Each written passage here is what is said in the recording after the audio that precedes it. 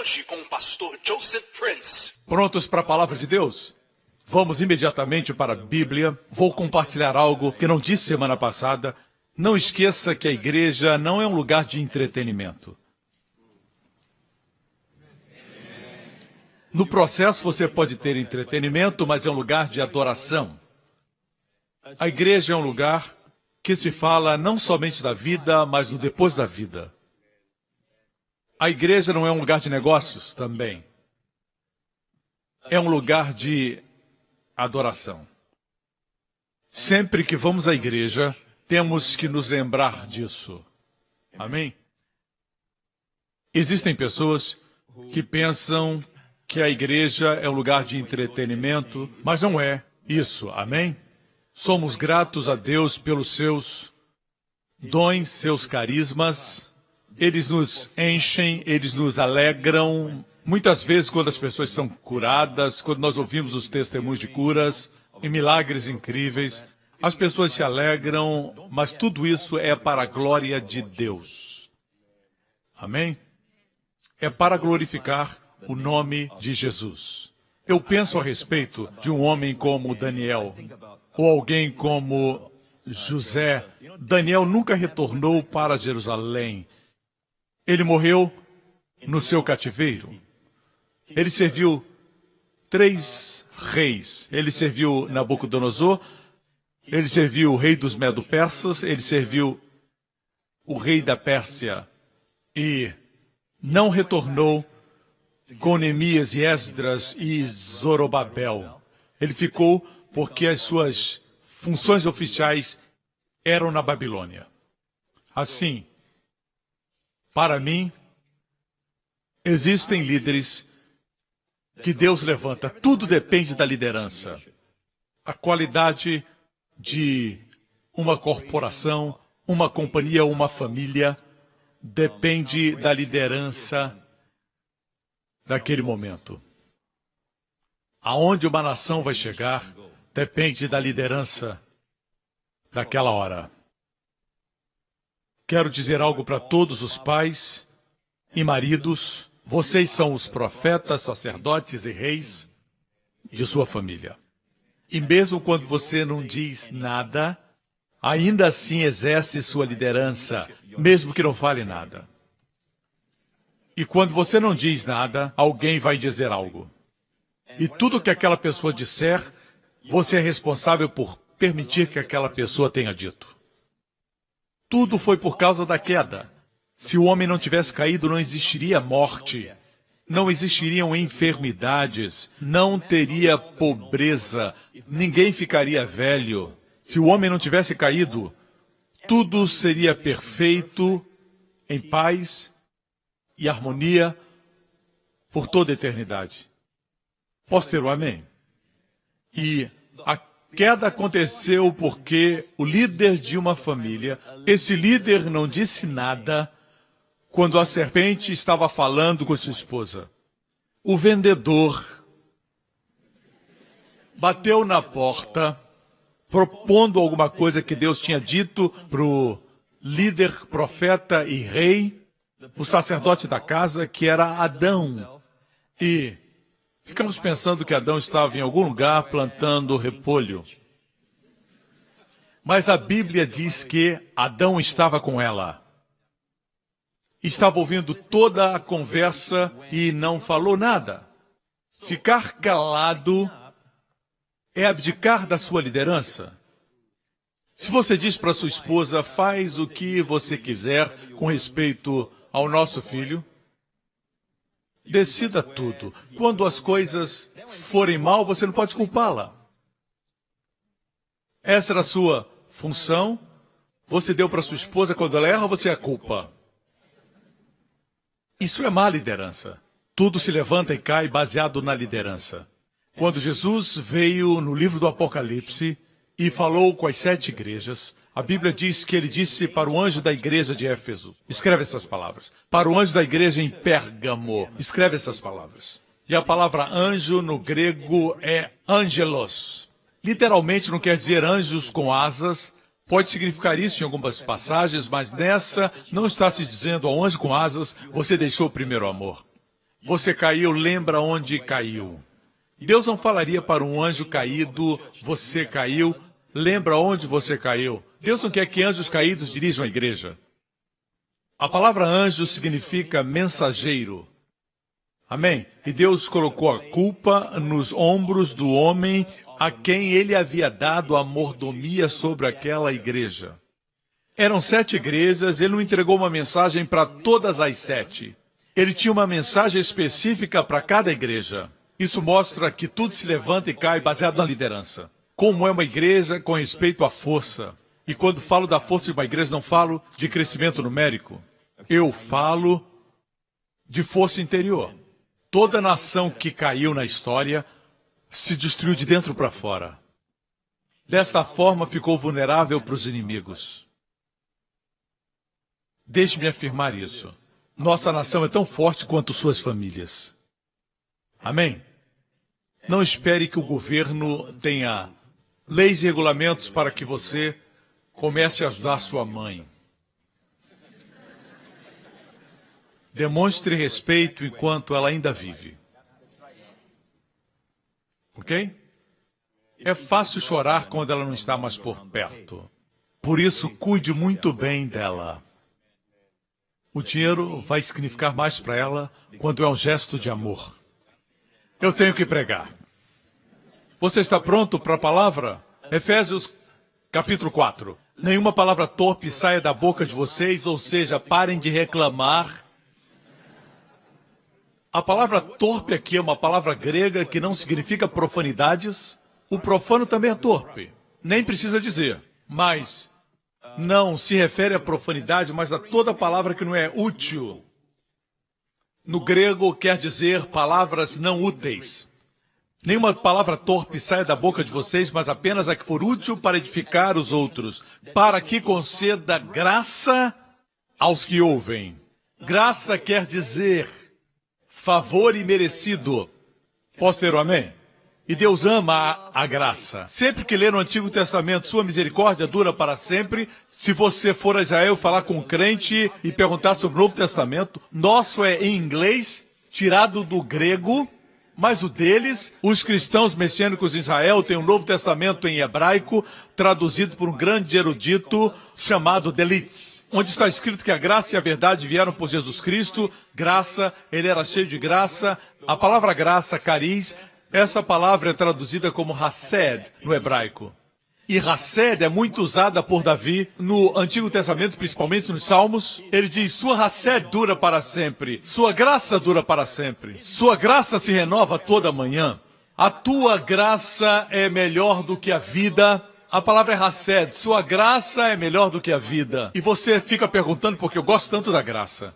Deus também ama a graça. Ele se alegra na graça, ele se alegra na misericórdia. A Bíblia não diz que Deus é rico em ira, Deus se ira, mas ele não é rico em ira, ele é rico em misericórdia. Jesus não é cheio de ira, ele demonstrou ira em certos momentos, ira não é pecado. Quando você se ira com a injustiça, isso não é pecado. Amém? Não diz que Jesus era cheio de ira, diz que ele era cheio de graça e verdade. Eu pensava, como ele é cheio de graça? Estevão, o primeiro mártir da igreja, a Bíblia diz que ele era cheio de graça, cheio de fé e graça. João 1, versículo 14, Jesus era cheio de graça e verdade. Como ser cheio de graça como Estevão? Amém? A Bíblia diz que Jesus era cheio de graça e de verdade, mas Estevão era somente um crente. Ele era somente um diácono, não era nem um pastor. Mas era cheio de graça e de verdade. Qual o segredo? Uma outra versão diz, só a que for boa para promover a edificação. Aqui diz, a que for útil para edificar, para que conceda graça aos que ouvem. Edificar quer dizer construir. Essa palavra vem da palavra grega oikodomeo, que quer dizer construir um prédio. Construir uma casa fala mais de um edifício do que de uma casa. Oikodomeo, certo? E edificar, construir, edifício, é a mesma palavra. Edificar é construir um prédio. Ou seja, o que edificar as pessoas? Eu não falei inflar. Quando infla, pode esvaziar. Mas edificar com palavras, o contexto são palavras. Tudo que edifica transmite graça para as pessoas. Se você quer que o seu filho seja cheio de graça, fale palavras de edificação, para que eles recebam graça. O que edifica, concede graça. Repito, o que edifica, concede graça. Posso ter um amém? Mas, pastor, muitas vezes temos que dizer a verdade. Eles fizeram isso, fizeram aquilo outro. Eu tenho que falar, sim, mas graça significa favor não merecido. Merecemos o inferno, Deus nos dá o céu. Merecemos ser punidos, mas Deus enviou seu Filho para ser punido com a nossa punição. Amém? Posso ter um amém? Sob a lei, Deus exige justiça do homem falido e pecador. Sob a graça, Deus provê justiça para o homem. Na lei, Deus diz, eu não me esquecerei do pecado de vocês, mas visitarei até a terceira ou quarta geração. Na graça, Deus diz, dos seus pecados não me lembrarei mais. O que aconteceu? A cruz mudou tudo. Isso é graça. Graça quer dizer que na cruz, Jesus, que não merecia nenhum juízo ou punição, por nunca ter pecado, Pedro usa a expressão, ele não cometeu pecado. Amém? Paulo diz que ele não conhecia pecado, João diz que nele não havia pecado. Em todos os sentidos, ele não tinha pecado, mas na cruz, ele se tornou pecado. Com que pecados? Os meus e os seus. Ele que merecia tudo de bom, Deus deu tudo de mal, que ele não merecia. Para que você e eu, que merecemos tudo de ruim, recebamos todo o bem. Isso se chama graça. Amém? E a graça não é dada por Deus de forma irresponsável, mas dá graça sobre um fundamento sólido. A morte de Jesus Cristo. Podemos dizer que esse ato liberou Deus para demonstrar graça para nós. Só está disponível para aqueles que não merecem. Se você acha que merece, você não tem direito. É por isso que em Mateus 21, Jesus disse para os fariseus, escribas e para os anciãos, ele disse, digo-lhes a verdade, os publicanos eram mal vistos e ninguém queria se associar com eles porque coletavam impostos para os romanos naquela época. E as prostitutas, as meretrizes, Jesus disse, digo-lhes a verdade, os publicanos e as prostitutas estão entrando antes de vocês no reino de Deus. O que isso quer dizer?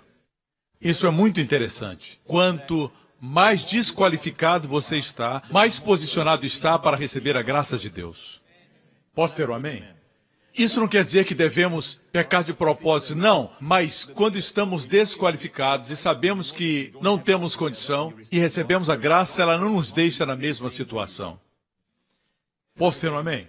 Assim, quando nossos filhos erram, quando nossa esposa erra, como devemos falar com eles? Baseados no merecimento, assim não concederemos graça. Porque qualquer palavra dita para eles que eles merecem são palavras torpes, palavras inúteis. Eles sabem que fracassaram, que erraram. Se disser você é burro, você é descuidado, que revelação para eles. Não estará concedendo nada a eles. Amém? Mas quando eles fracassam e você diz, eu quero que você saiba que eu amo você, isso os abençoa. Quero que você saiba que aos meus olhos, você é perfeito. Aos meus olhos. É assim que Deus nos vê, irmãos. Amém? E ninguém pode dizer que você é cego. Os olhos são meus. O filho é meu. É minha esposa. Faça o que quiser com os seus. Esses são os meus olhos. Assim os vejo. E assim que diz Cantares de Salomão, o amado diz para a amada, você é totalmente desejável, eu não vejo nenhuma falha em você. Como isso é possível? São os olhos de quem ama. Glória a Deus, esse que nos ama é o Senhor Jesus. E ele diz que não vê mancha em nós. Nada mais lindo do que ver alguém que ama. Ah, não vejo nada errado nele.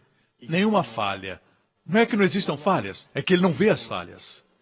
Quando Israel peregrinava pelo deserto, chegou a uma região na terra de Moabe, e lá a Bíblia diz que havia um mago que tudo o que ele amaldiçoava era amaldiçoado. O rei, com medo de Israel, contratou esse mago para profetizar contra Israel. O próprio Deus colocou palavras na boca desse mago. E ele disse que Deus não contemplou iniquidade, Deus não contemplou pecado em Israel. Mas se fosse ao acampamento de Israel, veria que eles estavam murmurando e reclamando. Mas aos olhos de Deus, ele não contemplou iniquidade. O fato não é que não havia iniquidade, mas que Deus não contemplou iniquidade. Por que isso? Porque ofereciam ofertas queimadas, uma figura de Cristo na cruz. Enquanto subia o cheiro suave e agradável, Deus se lembrava do seu filho. Deus olhava para o futuro, via seu filho morrendo pelos pecados deles e dizia, eu não vejo pecado. Porque os olhos de Deus são olhos de justiça, olhos de amor, perfeitos. Não podia haver pecado em dois lugares ao mesmo tempo. Se Deus colocou seus pecados sobre Jesus, ele vê você sem pecados. Você é perfeito? Não. Você ainda peca? Sim. Mas Deus não contempla pecado em você. Por isso é perfeitamente normal falar com os seus filhos com amor e favor imerecido, porque está concedendo graça para eles. Amém? E a graça é a única coisa que pode vencer o pecado na vida deles. Ah, mas eu quero que eles deixem aquele vício, aquela companhia ruim. Mas o que eles precisam é da graça. Se você pudesse parar de fazer aquilo que você precisa parar, por que não parou ainda? Não precisaria Jesus. Mas não, os 10 mandamentos, não, não, não. Nem todos dizem não. 8 dizem não. Um diz, honra seu pai e sua mãe. E o outro diz, observe o sábado. E se aplica ao povo judeu. Amém? Eles vivem a vida de tal forma que para eles, no sábado, começa a semana de trabalho para eles. Para nós é o domingo, o dia do Senhor. Ele concluiu tudo no sábado e no domingo ele ressuscitou. Por isso adoramos no domingo. Posso ter um amém? O sábado é uma figura do antigo. Amém? O dia do Senhor é uma figura do novo. O domingo é o dia do Senhor. Representa o novo começo. Posso ter um amém? O Senhor instituiu isso. Por isso vemos a expressão quando ele ressuscitou no fim do sábado, no grego, final de todos os sábados. Jesus ressuscitou. Amém. Assim, a Bíblia nos diz que devemos edificar para que conceda graça aos que ouvem. A expressão para que, riná no grego, para que possamos conceder graça. Tudo que edifica concede graça. É por isso que para alguns de vocês que oram em línguas, quando oram no Espírito, por alguma razão, meu filho Justin, quando eu oro em línguas, ele ri. Então ele ora. Eu não sei se ele está sendo cheio. E ele fala, yaba, yaba, yaba. Eu toco no seu peito e começo a falar em línguas e ele começa a rir e para. Eu oro por ele, mas não sei se ele está cheio ou não. Mas ele acabou de completar 3 anos, 2 dias atrás, mas Deus nos deu esse incrível dom. E por quê? Em 1 Coríntios 14:4, diz, quem fala em língua, o que acontece, igreja?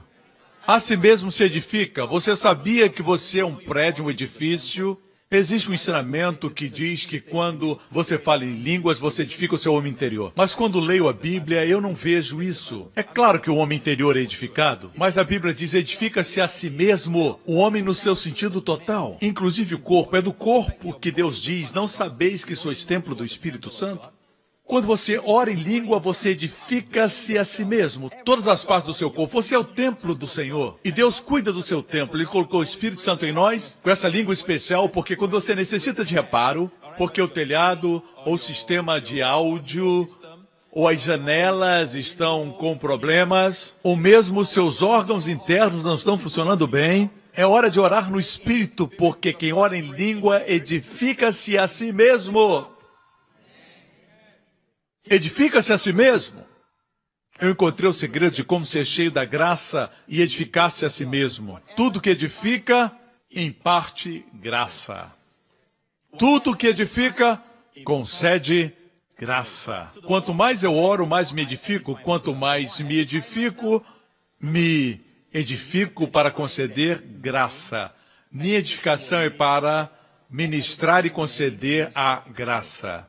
É assim que somos cheios da graça. Amém? Orando em línguas. Eu tenho todo esse ensinamento disponível, o material está todo disponível, mas minha mensagem hoje não é sobre línguas. Certo? Mas o fato é que as pessoas estão estressadas, as pessoas têm problema de pressão. Como é que eu controlo tudo isso? Como é que eu construo meu sistema imunológico? O remédio de Deus é falar em línguas, o efeito colateral é que vão lhe chamar de maluco. Isso não tem problema. Eu prefiro estar maluco e saudável e eles com a cabeça boa, mas doentes. A escolha é sua. Amém? Glória a Deus. Assim, irmãos, não vamos desprezar os dons de Deus. Amém?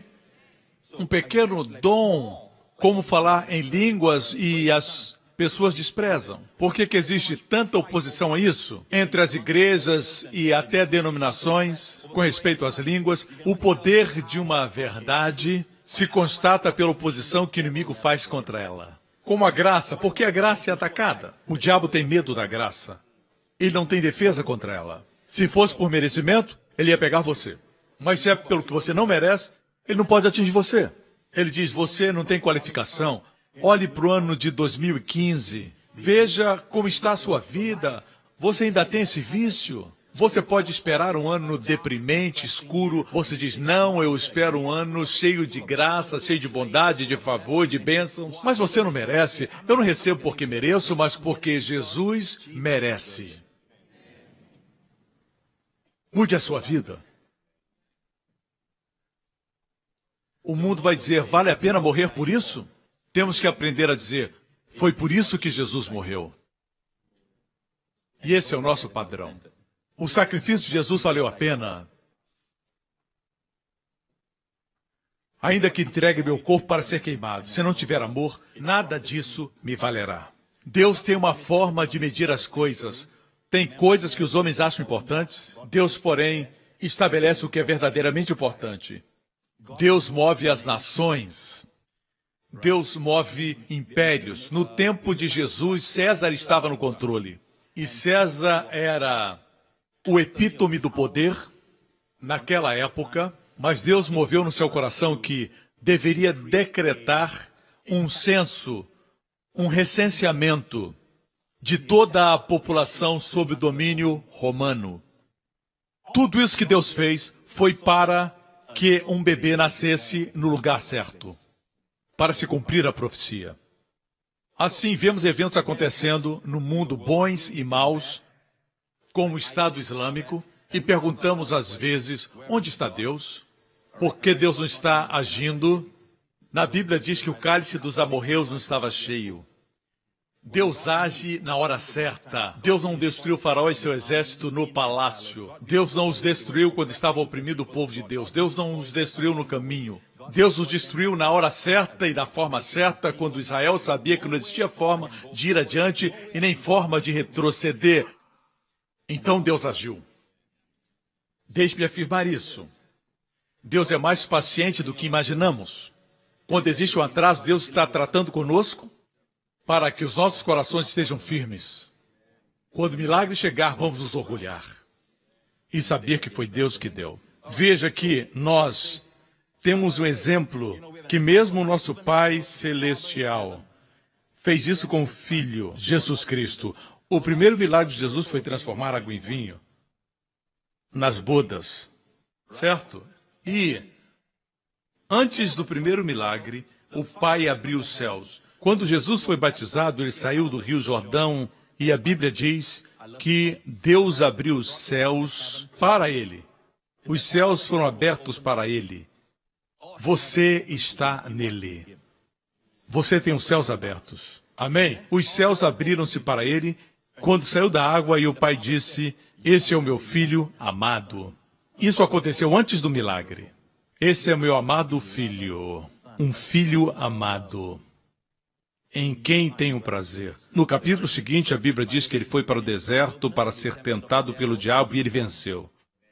O que temos que fazer para ajudar nossos filhos a vencer as batalhas da vida no mundo é os incentivarmos. Mas você pode dizer, mas ele não merece. Conceda graça. Favor não merecido. Diga para eles, você é meu precioso filho, eu amo você. Me agrado de você. Não tenho motivos para me agradar. É a graça, você não entende? Pare com essa mentalidade de obras e comece a ver a dádiva que é aquela pessoa que Deus lhe deu. E diga, eu me agrado de você. Isso vai edificar, vai conceder graça. E na graça, o pecado não tem domínio. Amém, igreja? Muito bem. Depois diz, não entristeçam o Espírito Santo de Deus com o qual vocês foram selados para o dia da redenção. O Espírito Santo não vai deixar você. Ele vai ficar com você até o dia da redenção, o dia que Jesus voltar. Selados nesse texto é como um depósito. Naquela época de Paulo, se você fosse para o mercado, e era assim até recentemente, você ia ao mercado e deixava o depósito, hoje ainda se faz isso muitas vezes, se dava um depósito dizendo, eu vou voltar para resgatar a compra. Nesse caso, o depósito é o Espírito Santo que foi colocado em todos nós como um selo até o dia da redenção. Algo selado demonstra propriedade. Naquela época era selado com tinta vermelha. E o vermelho representa o sangue de Jesus. Você pertence a Ele. E Ele vai voltar para você. Você não pode perder a salvação. Pode até entristecer o Espírito, porque você está selado com Ele. Se o Espírito deixar você, quando você pecar, não faria sentido dizer não entristeçais o Espírito Santo, com o qual está selado para o dia da redenção. Não faria sentido. Vocês me acompanham? Mas nós somos salvos, e quando somos salvos, somos selados para sempre. O Espírito Santo não nos deixa, mas diz que não devemos entristecer o Espírito. Como entristecemos o Espírito? Esse é um assunto que eu já tenho falado outras vezes. Quando eu era jovem, eu me lembro no movimento carismático, quando Deus derramava o seu Espírito sobre toda a carne e as pessoas eram batizadas com o Espírito Santo, falando em línguas, vidas eram transformadas, milagres aconteciam. Eu ainda lembro, um dos pontos negativos é que quando as pessoas ficavam conscientes da presença do Espírito, deixavam a Bíblia de lado. Somente o Espírito, sem palavra, você explode. Só palavra, sem o Espírito, você fica seco. Muita palavra, muito Espírito e você cresce. Lembre-se, na nossa igreja nós cremos em falar em línguas, mas valorizamos a palavra. Posso ter o amém? Por isso você cresce. Amém? Eu me lembro quando estava numa livraria evangélica e ouvi alguém conversar, não sabiam que o futuro pastor estava lá. E eles diziam, essa senhora veio para a nossa célula e ela usa uma maquiagem horrível, é sempre muita maquiagem, e ela é assim, ela é aquilo outro. E como adolescente eu estava lendo meu livro, e o Espírito de Deus me disse, isso é somente ciúme. Ciúme da moça. E ela disse, o Espírito se entristeceu. E pensei, como é que ela sabe que o Espírito se entristeceu? E ela continuou dizendo, no momento que ela entrou na nossa célula, eu senti no meu espírito que o Espírito se entristeceu. Não, ela estava com ciúmes.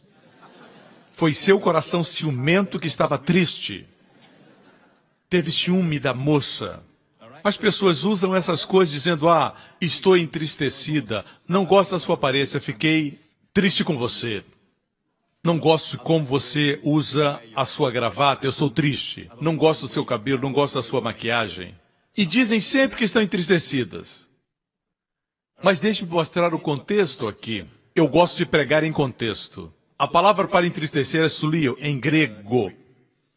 O Senhor Jesus e o Espírito são um. Tudo que Jesus experimenta, o Espírito também, porque eles são um.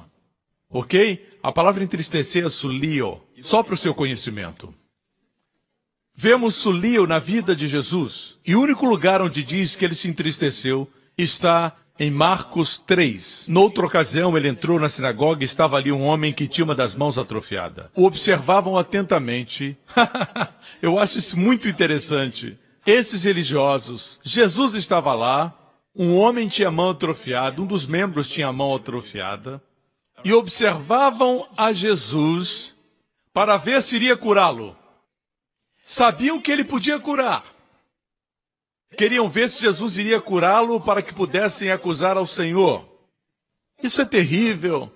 Tem pessoas que querem transformar o cristianismo numa prisão religiosa. Jesus disse para os religiosos: as prostitutas e publicanos estão entrando no reino antes de vocês. Deixe-me dizer, Deus é contra o pecado, eu também sou, mas existem pecados que Deus acha mais fácil lidar do que aqueles que têm justiça própria, que se acham justos. O primeiro pecado foi de justiça própria. Se quer ser como Deus, coma desse fruto. Não foi pecado de adultério ou de homicídio. Não, foi o pecado de justiça própria. Você me acompanha? Está aprendendo? O observavam atentamente. Versículo 3. Jesus disse ao homem da mão atrofiada: levante-se. Eu amo o estilo de Jesus. Ele não ficava enrolando. Ele disse: levante-se e venha para o meio. Depois Jesus lhes perguntou: o que é permitido fazer no sábado, o bem ou o mal? Salvar a vida ou matar? Eles silenciaram. Irado, olhou para os que estavam à sua volta. Irmãos, essa é a primeira vez que se vê na Bíblia que Jesus ficou irado. Você deve estar pensando na ocasião que ele foi e virou as mesas dos mercadores no templo. Certamente naquela ocasião Jesus ficou irado, mas isso não foi registrado. A palavra ira não aparece no texto. Nós imaginamos, achamos. Nessa passagem aparece a palavra. Vamos ver o que faz o Senhor ficar irado. Não somente irado, entristecido. E a palavra entristecido é a mesma palavra, sulio. Aqui, san sulio, que quer dizer entristecido. Como o Espírito Santo. O que entristece ao Senhor? Irado olhou para eles entristecido por causa dos seus corações endurecidos. A falta de graça. Um coração duro. É isso que entristece o Senhor. Você não abre o coração para a graça. Você ouve falar da graça e você fica irado, dizendo: isso é licença para pecar. Amém. Ele está incentivando o povo a quebrar o sábado. O que isso tem a ver com alguém ser curado e salvo? Amém. Coração duro. Não aceitar a mensagem da graça quando as prostitutas e os publicanos aceitavam a mensagem. Não respondiam à graça de Deus. Isso é terrível. Todos aqueles que receberam milagres de Jesus eram pecadores. Os surdos, os cegos, os leprosos que foram curados. Os que não receberam foram os líderes religiosos daquela época. Pense nisso. Ele é o mesmo ontem, hoje e para sempre. O que impede as pessoas de receberem é a falta de graça, coração endurecido. Diga para o seu vizinho: não tenha um coração duro. Acorde aquele que está dormindo e diga: está dormindo porque o coração está duro. Eu não estou vendo ninguém dormindo, só estou brincando. Aqui diz entristecido, a mesma palavra. O que entristece o espírito? Falta de graça. Voltemos a Efésios. Não entristeça o Espírito Santo. Perceba o contexto. Quando suas palavras não são graciosas, quando você fala para as pessoas aquilo que você acha que elas merecem, quando você faz isso, você entristece o Espírito Santo. Por outro lado, se suas palavras são cheias de graça, agradam o Espírito, às vezes você pode sentir, consegue sentir. Amém? Jesus foi elogiado pelo Pai quando ele disse: você é meu filho amado. Ele não tinha feito nenhum milagre. Isso aconteceu no lugar mais baixo da terra. Mais de 400 metros abaixo do nível do mar, perto do Mar Morto. O lugar que Jesus foi batizado está perto do Mar Morto, que está no lugar mais baixo, mais de 400 metros abaixo do nível do mar. A maior depressão da terra. A outra vez que Deus fala com Jesus dizendo que ele é o Filho amado, ele estava no Monte Hermon, e o Hermon é a mais alta montanha em Israel.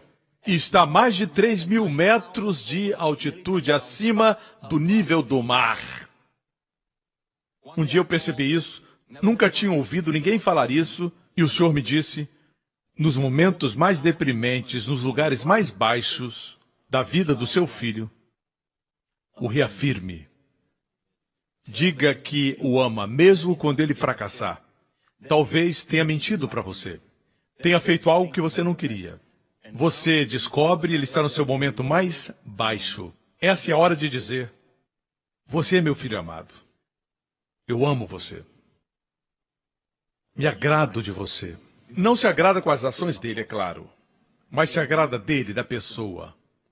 E ainda o ama e o tem como precioso. Nos seus piores momentos. Mas quando eles ganharem algo, triunfarem em algum aspecto, conseguirem alguma coisa e estão no seu momento mais alto, também os reafirme. Porque no meio dos amigos ele olha para você. Não seja alguém duro, eu sou o mesmo ontem, hoje e para sempre. Seja um pai que reafirma seus filhos. Diga, estou orgulhoso de você. Suas palavras vão significar mais do que a de 10 amigos. Amém. Glória a Deus. A propósito, voltemos à narrativa de Marcos 3. Você está sendo abençoado? O que fez Jesus ficar entristecido? A falta de graça. Aqui não fala de pecados escondidos, mas a falta de graça. Ele disse para o homem, estenda a sua mão. Ele a estendeu e ela foi restaurada. E os fariseus ficaram felizes, contentes, começaram a pular de alegria. O povo disse, amém. Desculpa, não foi isso. Mas diz, então os fariseus saíram e começaram a conspirar com os herodianos contra Jesus sobre como poderiam matá-lo. O mundo tem uma resposta pervertida, louca, quando se fala da graça. Vemos uma outra história onde Jesus expulsou demônios de um homem endemoniado. Ninguém se atrevia a chegar perto daquela rua, daquele despenhadeiro. Ninguém ousava se aproximar porque tinha um homem endemoniado. Quando era atado, ele quebrava as cadeias porque tinha força sobrenatural. Ele estava possuído com 1.000 a 2.000 demônios. A Bíblia diz que era uma legião. E Jesus disse, saiam, e todos os demônios saíram. E a Bíblia diz que ele foi para a presença do Senhor vestido. Antes ele estava nu, agora estava com a mente saudável. Antes estava louco, vestido e saudável aos pés de Jesus. Assim estamos nós. Sentados aos pés de Jesus, vestidos, graças a Deus, e com a mente sã. Irmã, seu marido está com a cabeça boa. E o povo de Gadara veio, e o que eles disseram a Jesus? Saia daqui, não queremos o senhor aqui. E Jesus entrou no barco com seus discípulos e foi. Podiam ter trazido todos os enfermos. Jesus, meu nariz é torto, o senhor pode endireitar? Podiam ter ido a ele e aproveitado a graça de Deus, favor imerecido. Incrível, as pessoas ainda lutam contra a graça. Ah, esse pastor não fala de arrependimento? Jesus não disse para o endemoniado gadareno se arrepender? Algumas vezes disse isso para as pessoas quando pregava, mas aqueles que receberam milagres ou curas, ele nunca os mandou se arrependerem antes do milagre. Ele não falou para o homem que estava no poço de Betesda, há 38 anos paralítico, que tinha que se arrepender. Simplesmente o curou. Jesus pregou arrependimento? Sim, mas não como pré-requisito para que as pessoas recebessem. A verdade é que essas pessoas se arrependeram. Vieram a ele como que dizendo, eu não confio mais nos meus próprios esforços. Eu venho ao Senhor. Isso é arrependimento. O arrependimento acontece quando as pessoas escutam a palavra do Senhor. O que faz o Senhor entristecido hoje? A falta de graça. E o que faz o Senhor se irar hoje? A mesma coisa, falta de graça. Eu vou parar aqui e mostrar algo. que vai impressionar você. Foi uma revelação que o Senhor me deu quando eu estava em Israel. Vamos para Mateus 11. Jesus disse: a que posso comparar essa geração? Vamos ao pano de fundo. São como crianças que ficam sentadas nas praças e gritam umas às outras: não lhes tocamos flauta, mas vocês não dançaram. Tocamos flauta e vocês não dançaram. Jesus comparou a sua geração a crianças que estão nas praças e dizem umas para as outras: eu toquei a flauta e vocês não dançaram. Cantamos o lamento, mas vocês não se entristeceram. Estavam tão duros que não dançavam nem lamentavam. O primeiro ministério, tocar flauta e dançar, é a celebração da graça. É o ministério de Jesus. O segundo, cantamos o lamento e não se entristeceram, é o ministério de João. E a Bíblia diz na parte que antecede o seguinte: a lei durou até João. Você me escuta? João é mencionado no início desse capítulo. Aqui está o ministério de João e de Jesus, a graça e a lei. Verso 18. Pois veio João, que jejua e não bebe vinho, e dizem: ele tem demônio. João jejuava o tempo todo. Não comia muito e nem bebia muito, e diziam que ele tinha demônio. É difícil agradar essa geração. Veio o Filho do Homem comendo e bebendo, e dizem: aí está um comilão e um beberrão. Um amigo de publicanos e pecadores. Que título para dar ao Filho de Deus? Mas a sabedoria é comprovada pelas obras. Quanto a João, diziam que ele era muito extremista. Quanto a Jesus, era demasiado alegre. Não suportava nem a lei nem a graça. Assim Jesus comparou aquela geração. E depois Jesus disse, verso 20... então Jesus começou a denunciar as cidades em que havia sido realizada a maioria de seus milagres, porque não se arrependeram. Aqui está a palavra arrependimento. Eles não se arrependeram, não abriram seus corações para ele. Ou seja, não aceitaram como Messias. Certo, igreja? Alguns pregadores da graça evitam os ais. Não é esse que vos fala. Eu prego a palavra de Deus completa. E quero continuar pregando. Eu prego muito no Antigo Testamento. Mas veja isso. Essa é uma nova palavra que Jesus não havia usado. Ai. Ai de você, Corazim. A cidade de Corazim ainda existe, está em ruínas ali na Galiléia. Você pode visitar hoje se quiser. É um ponto turístico e não foi reconstruída. Não foi reconstruída. Ai de você, Betsaida. Veja a cidade de Betsaida. Eu estive nesse lugar, preguei ali. Essa é a entrada de Betsaida. Lembra que Jesus trouxe um homem cego para fora de Betsaida e o curou lá. Foi a primeira menção de Jesus não ter curado alguém dentro da cidade. Ele o tirou para fora e aí o curou. Essa cidade era incrédula. Por isso ele retirou o homem enfermo para curá-lo fora, para que ele não ouvisse todo o negativismo. Ai de você, Corazim, ai de você, Betsaida, porque se os milagres, prodígios, no grego, dunamis, se os milagres que foram realizados entre vocês tivessem sido realizados em Tiro e Sidom. Tiro e Sidom, a propósito, é o Líbano dos dias de hoje, ao norte de Israel. Ok? Tinha uma região ali chamada Tiro, uma região portuária muito famosa como Singapura. Era uma Singapura daqueles dias. Era um porto famoso e muito rico, mas na época de Jesus era uma vila de pescadores. Foram destruídos por Alexandre o Grande. Se você olhar para o mapa antigo, você vai ver Tiro. Tiro era uma ilha perto do Líbano, mas depois de Alexandre o Grande, vai perceber que agora é uma península. Dizem que os gregos não conseguiram conquistá-la, e Alexandre o Grande aterrou aquela ilha ano após ano, até que se tornou uma península. E seus homens conquistaram e destruíram Tiro. Ok? Assim Jesus disse: porque se os milagres que foram realizados entre vocês tivessem sido realizados em Tiro e Sidom, há muito tempo elas se teriam arrependido e vestindo roupas de saco. Se eu fosse lá e curasse o leproso, abrisse os olhos aos cegos, os ouvidos aos surdos, Tiro e Sidom teriam se arrependido. Ou seja, Corazim e Betsaida rejeitaram a graça, enquanto Tiro e Sidom nunca tiveram o ministério da graça. Veja, eu estava meditando nisso. Voltando de Israel, eu estava cansado, estava no avião, voltando de Israel. Eu disse: Senhor, me dá um versículo para meditar. Ele me trouxe para os ais. Esse é um texto que você não quer meditar. Eu disse, tudo bem, Deus, eu vou meditar. E eu meditei nos ais e vi isso. Leamos o versículo 22. Mas eu lhes afirmo que no dia do juízo haverá menor rigor para Tiro e Sidom do que para vocês, Corazim e Betsaida. Verso 23. E você, Cafarnaum, talvez você foi a Israel e foi a Cafarnaum, e viu a antiga sinagoga, viu onde estava a casa de Pedro, mas ainda está em ruínas. Nunca foi reconstruída. O engraçado é que, um pouco mais adiante, do outro lado do lago, tem um lugar chamado Tiberíades. Tiberíades existia já no tempo de Jesus.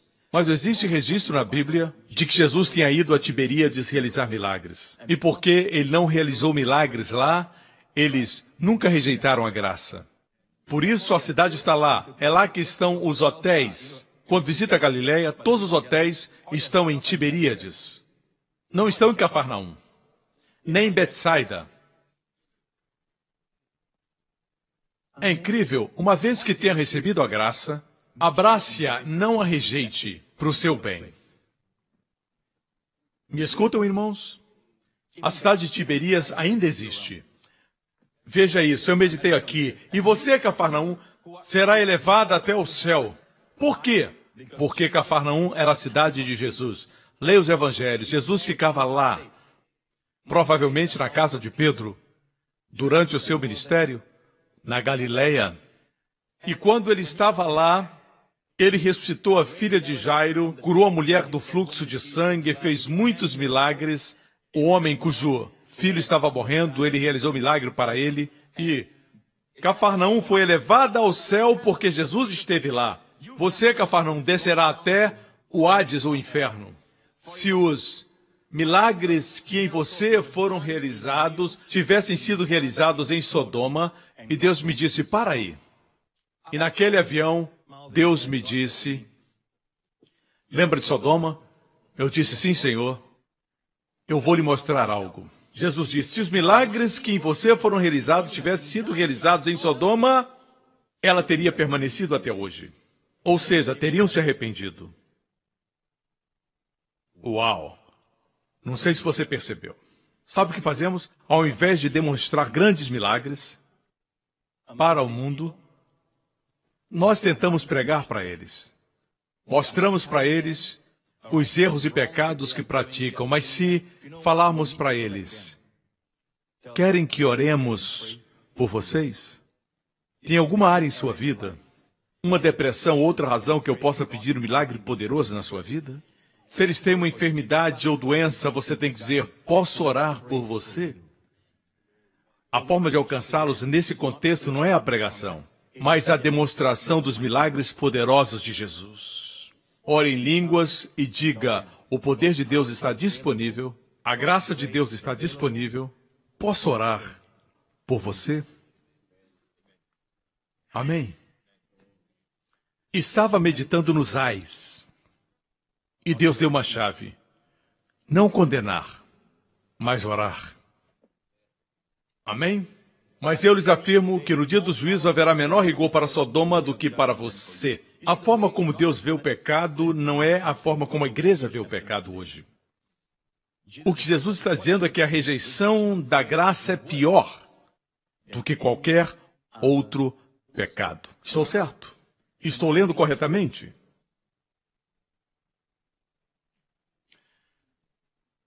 Vou concluir. Espero que estejam aprendendo. Vamos voltar a Efésios 4. Não entristeçam o Espírito Santo. Sabemos agora como o Espírito se entristece. Quando as palavras não concedem graça, ele se entristece. Certo? Vamos continuar. Livrem-se de toda amargura, indignação, ira, gritaria e calúnia, bem como de toda maldade. Mas sejam bondosos e compassivos uns para com os outros, perdoando-se mutuamente, assim como Deus perdoou vocês em Cristo. Esse é o último versículo de Efésios 4. Assim como Deus perdoou vocês em Cristo. Está no passado, presente ou futuro?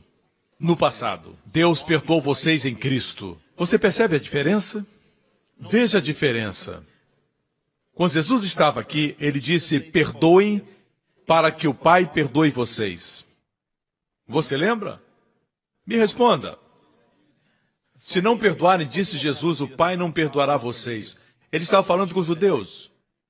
Mas Jesus sabia que ele morreria por seus pecados e depois da cruz Alguns dizem que eu exalto mais Paulo do que Jesus. Meu amigo, por favor,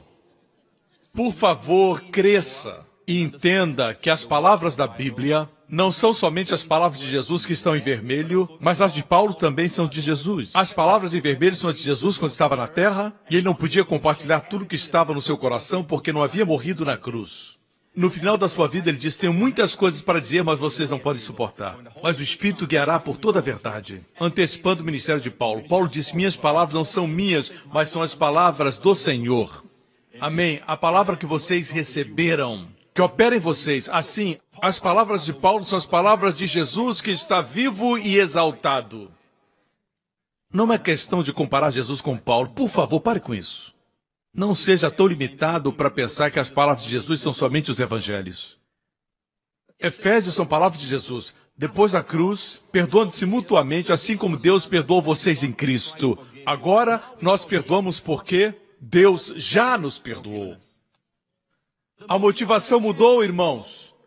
Perdoamos porque Deus já nos perdoou. Quando alguém tem um problema com o perdão, eu não digo, se você não perdoar, Deus não vai lhe perdoar. Ela vai se sentir pior.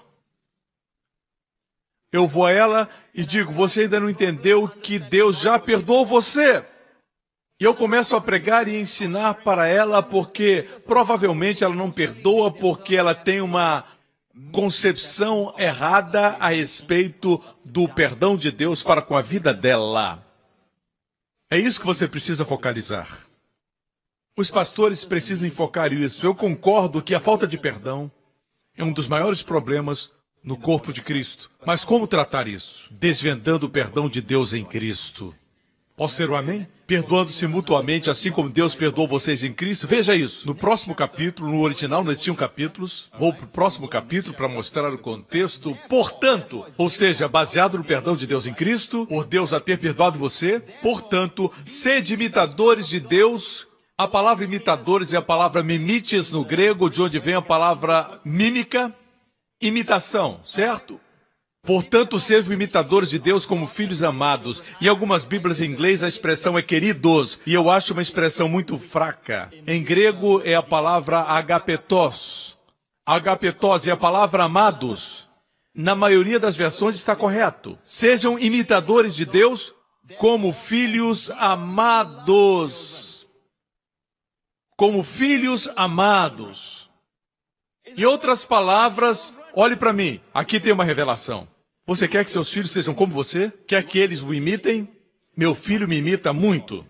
Minha esposa diz, para de falar como seu pai, por favor. Está imitando muito seu pai. Quando eu digo para ele, Justin, e se eu digo algo, ele repete. Eu digo, você está feliz? Ele diz, eu estou feliz. Você é um menino barulhento? Ele diz, eu sou barulhento. Para mim, é uma prova de que ele se sente amado. O que esse versículo está dizendo é, quando os filhos são amados, eles imitam os seus pais. Ou você tem medo que eles imitem você? Em outras palavras, não temos que pregar tanto para eles, ameaçar e intimidá-los. Eles vão nos imitar quando forem amados, muito amados. Veja, na versão livro, diz assim, como filhos que imitam o pai que muito os ama. Ou seja, se seu filho não imita você, é porque ele não se sente amado. Aqui temos uma revelação. Quando impartimos amor incondicional para com os nossos filhos, amém? Você teme que, se demonstrar amor quando ele se comporta mal, vai dar para ele um mau exemplo. Pare de andar no conselho dos ímpios. Quanto a criar filhos, pare de andar no conselho dos ímpios. E ande no conselho de Deus. Não estou dizendo que deve dizer, eu me agrado pelo que você fez. Mas deve dizer, eu sempre me agradarei de você. Sempre amarei você. O que você fez foi errado, mas não muda o meu amor. Quando estão muito deprimidos e escutam isso, sabem que são amados. E a Bíblia diz que quando sabem que são amados, imitam você. Se vai à igreja, eles querem ir. Você ama sua esposa, eles vão amar a esposa. Amém? Por isso, antes de se casar, para os jovens que estão aqui, olhe para a mãe dela. Assim vai ser sua namorada daqui a 20 anos. Você quer saber como seu namorado vai ser? Daqui a 15 anos, olhe para o pai dele. Amém? Glória a Deus. Vocês estão aprendendo? Está lhe abençoando? Ajudando? Lembre disso. Certo? Pecado é pecado. Mas Jesus disse que haverá menos rigor para Sodoma do que para Cafarnaum. Rejeitar a graça é a pior coisa. Quando as pessoas criticam quem entrega a graça e o povo para de ler e de escutar aquele pregador, por causa do que alguns líderes estão dizendo, cometem um dos piores pecados. Quando eu estava em Israel e esse guarda de segurança foi salvo, certo? Minha mensagem foi o Evangelho da Graça. Já percebeu que o Evangelho da Graça está alcançando os judeus? Eu digo, igreja, tem pessoas que são salvas e você não sabe. Por causa do Evangelho da Graça. É a única resposta para esse mundo perdido. Jesus morreu para nos dar esse Evangelho. Amém? Essa é a minha mensagem hoje. Glória a Deus. Vamos dar a Ele louvor, aleluia. Todas as cabeças baixas e olhos fechados. No final de Mateus 11, logo depois de ele ter dito os ais, ele disse, vinde. Foi uma nova palavra. Vem da palavra grega, quer dizer seguir. Mas nesse contexto, ele disse, vinde, vinde, não a uma igreja, vinde a mim. Não ir a um homem, não ir a um ensinamento, mas vinde a mim, disse Jesus, e lhes darei descanso.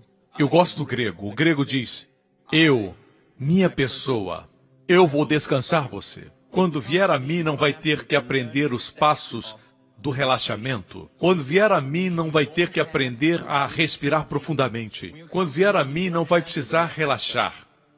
Eu vou descansar você. Simplesmente venha.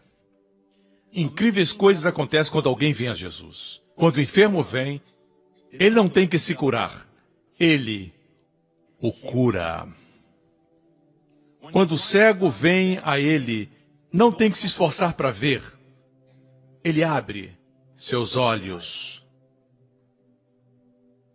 Hoje, você tem necessidades? Procurando ajuda aqui e acolá, olhando horizontalmente, ao invés de vir a Ele? Venha a Ele. E diga, Senhor, eu tenho esse problema. É físico. Os doutores dizem isso, aquilo, mas Jesus, eu venho a Ti. O médico dos médicos. O Senhor levou essa doença no seu corpo, porque me amou.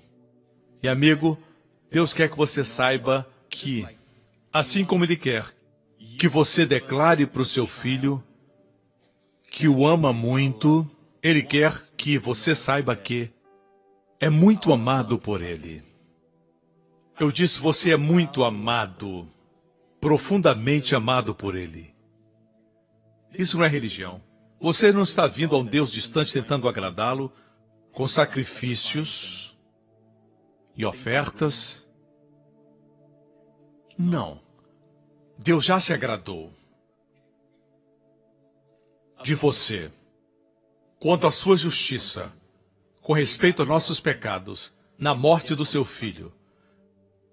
Deus enviou o seu filho para esse propósito, para que a sua justiça fosse cumprida. E foi cumprida. Deus se agradou com o que o seu filho fez. Por isso, quando alguém se aproxima de Deus, em nome do seu filho, o que Deus sente pelo seu próprio filho é transferido a você.